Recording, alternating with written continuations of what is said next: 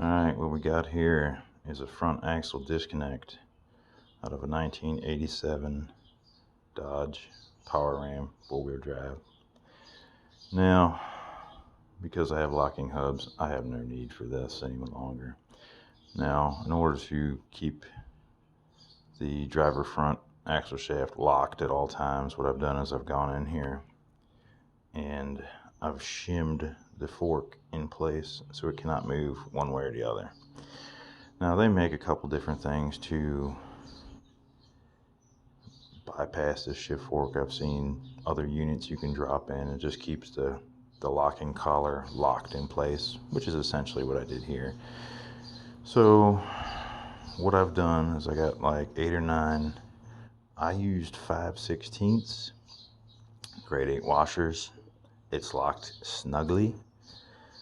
I had to test fit it a couple times to see that I had the fork in roughly the center position, because you don't want the collar riding one way too far or the other. It'll have less spline engagement.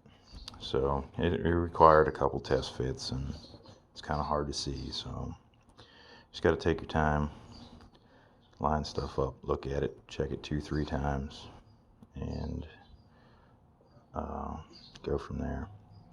So you got this method, which I don't see any reason why this won't work just fine. You got the aftermarket unit that replaces this and just keeps the collar. Essentially does the exact same thing this does. Or the third option is they make a axle shaft that does away with the whole collar disconnect design altogether, and you replace the driver's side axle shaft, which I would like to do in the future because of, it's obviously stronger. You don't have a collar to break. So while that is my plan for the future, this will work for now, so I won't have to worry about any kind of vacuum line issues. Since I am running a camshaft, I have less than factory vacuum, which could be an issue. I don't know, but like I said, I have locking hubs though, so deleting this is not an issue for me.